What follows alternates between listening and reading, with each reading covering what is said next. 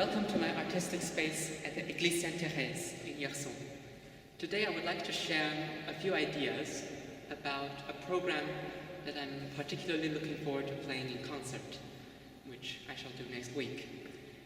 It is about the Goldberg-Variations of Bach, but not only those. You see, this is a piece that I have known for, well, some time, and which I have interpreted for myself in many different ways. It was only recently that I came across another angle which I thought would be particularly interesting to share with a concert audience, and that is to see the Goldberg-Variations in the context of the very long tradition that preceded it. And what I've actually found in doing that is that there's so many pieces which have such a completeness to them, especially with the great variation sets of Byrd. In the first half, I shall play three very different aspects of the old variation technique. And the Goldberg variations, they come in the second half. And it is my hope that through this program, one would listen to them in a different way, knowing from where they came. And perhaps one will also find certain connections, some of which are obvious, and some of which shall exist only in the listener's mind. So, Hugh Ashton's Ground by Byrd is one of these pieces that sort of encompasses so many different aspects. It tells a story, and it's also a particularly refined variation technique. It is sometimes said to be a hallmark of the Goldberg variations that it is not a theme that gets varied, but rather a harmonic progression, or really a bass line. Well, it's the same thing in Hugh Ashton's Ground. In the Goldberg variations, we have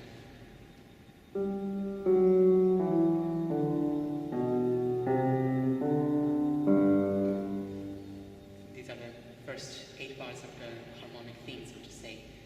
And in Hugh Ashton's Ground, we have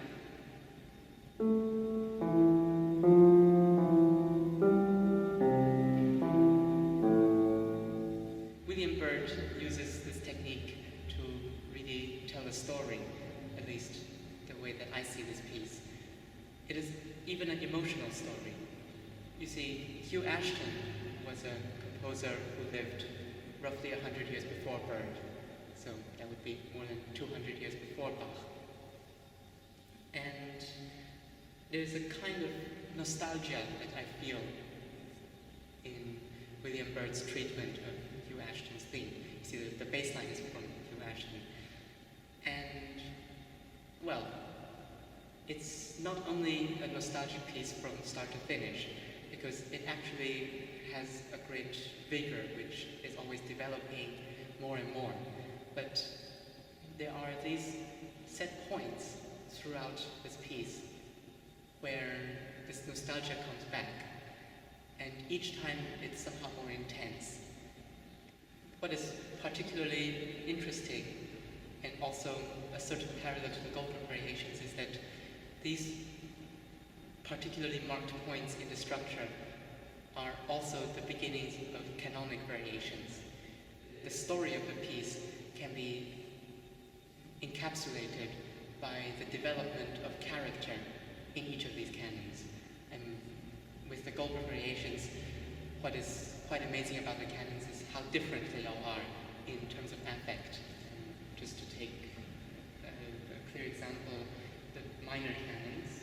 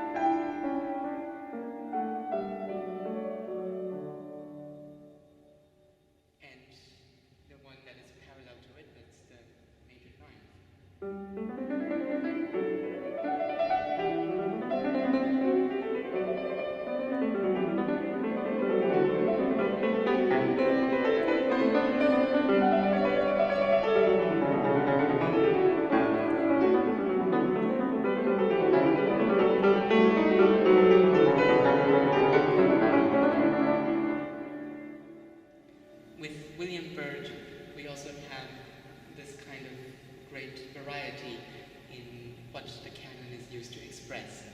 And the most, let's say, meltingly nostalgic one is probably this variation.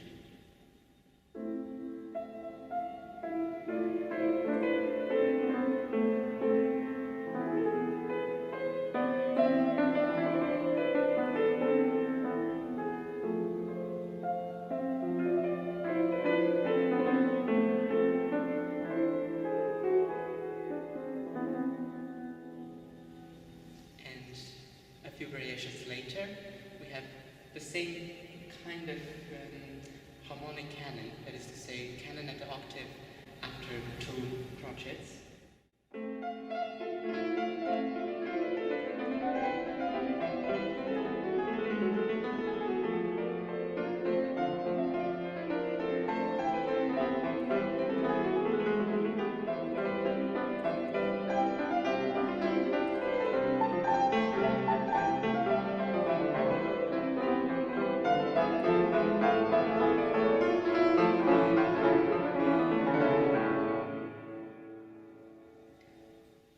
This is a kind of storytelling that happens through the juxtaposition of many characters. I think one of the most moving moments in Hugh Ashton's Ground is actually the last variation.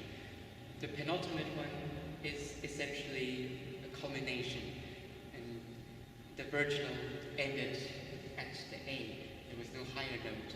And I always find that in virginal music, when the composer writes a high A, that it is usually a kind of emotional climax, or it has a certain emotional meaning.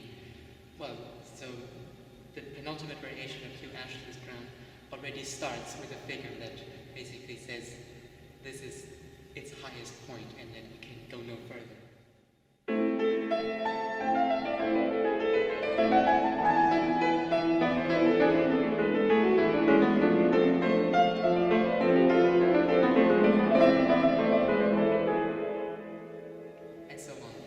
So it continues in this vein, and it ends with quite a large plagal cadence.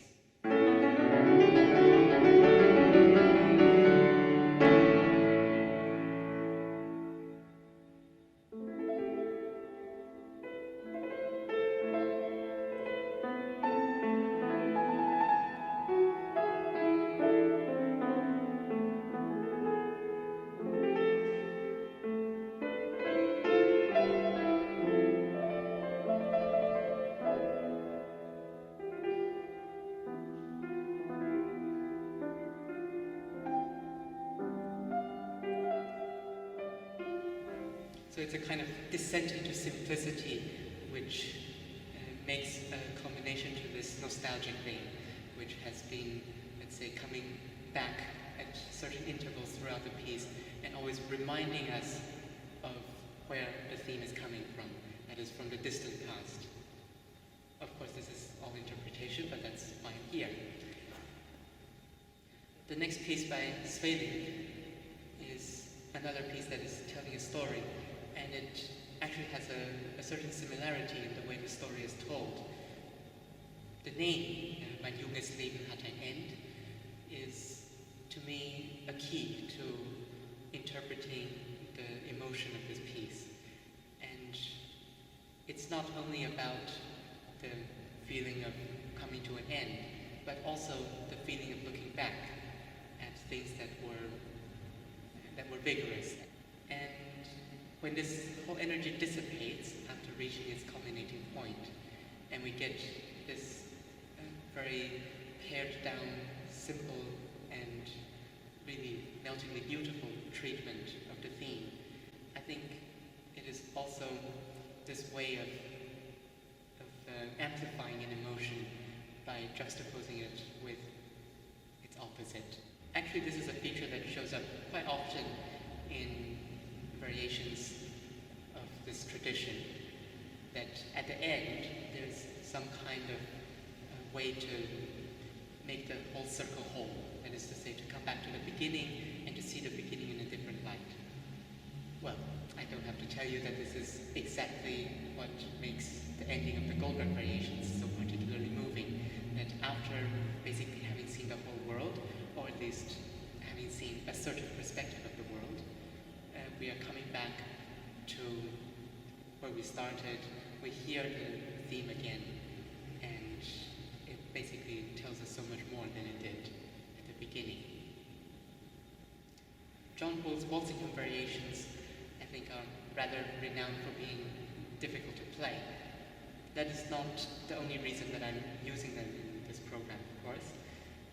I think the Goldberg-Variations actually should not be seen as only profound or as only distilled. There's quite a lot of it that is simply virtuosic. And this is a kind of virtuoso playing that comes from somewhere. The English Recital school was quite a school of fast fingers and very highly developed technique, which actually got lost sometimes in the next centuries. John Bull was one of its foremost practitioners, and he was a very inventive composer for figuration. And the theme is quite simple.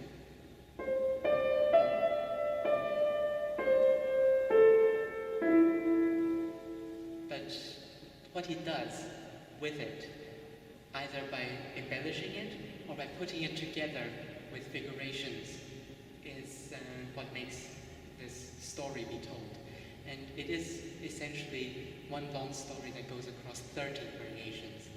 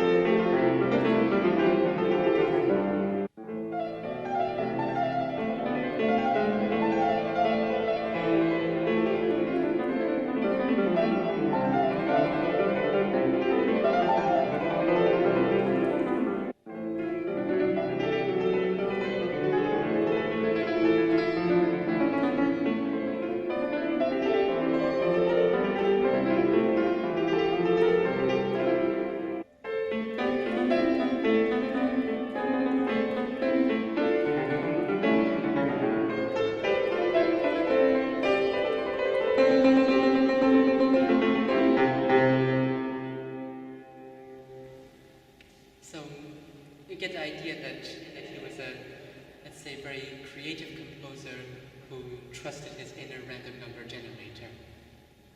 So this concludes the first half of the program, and we now go into the Goldberg-Variations in the second half, having seen certain elements which we will then see again with the Goldberg-Variations.